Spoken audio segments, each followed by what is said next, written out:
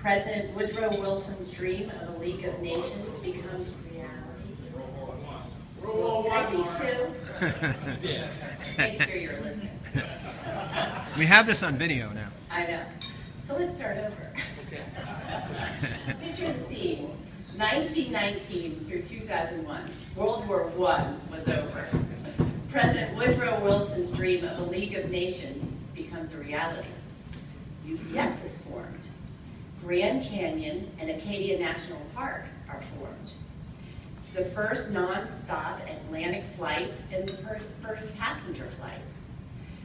U.S. first-class postage drops from 3 cents to 2 cents. Yankees and the Red Sox agree on a trade of Babe Ruth. The 18th Amendment to prohibit the sale and distribution of alcohol is ratified. The 19th Amendment giving women the right to vote is ratified. Yeah. The NFL is organized. Hey. 1920 is the Centennial of Maine's separation from Massachusetts and anniversary of the state. And our club celebrated that not once, but twice during 1920. This is a picture of the 1920 Maine Centennial Exposition, where we showcase Maine goods, foster unity among businessmen, and strengthen state's industrial and agricultural industries. We're just going through a sneak preview of what I'm going to talk about. Portland Rotary met at the Falmouth Club at the time, and there were many resolutions for the Portland Rotarians who died during the war. Rear Admiral Robert E. Perry was an honorary member of the club. Master Arthur Captain, in baseball costume, favored the club with a recitation of Casey at the Bat. We had that a year or so ago as well.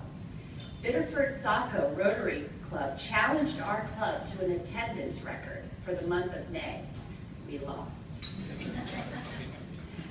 Our club voted to discontinue meetings in July and August.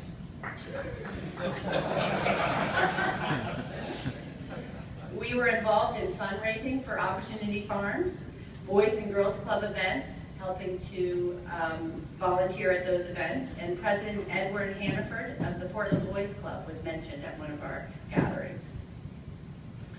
During the suffrage movement, Jim Willey asked me if it was mentioned on August 20th, 1920, and it wasn't, but instead they talked about our plans for Daughter's Day.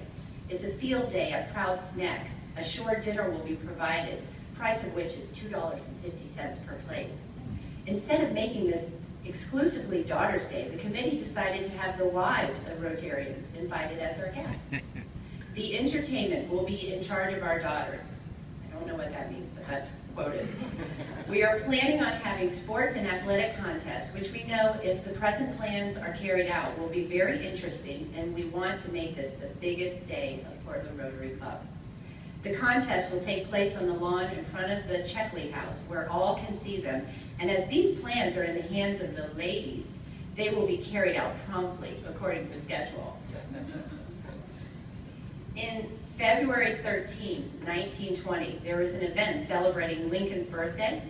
Included were Governor Carl Milliken, U.S. Senator Frederick Hale, and the future president, Warren G. Harding, who would be elected the next year and return on March 11th, 1921.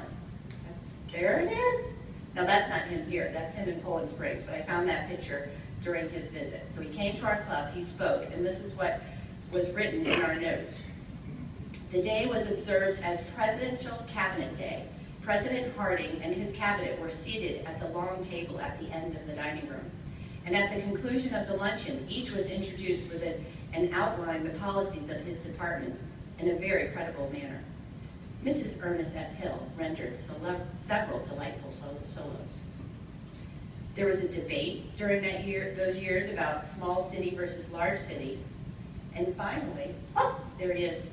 Finally, January 9th, 1920, former President William Howard Taft was our speaker. Those were the years, 1919 through 1920. 1921.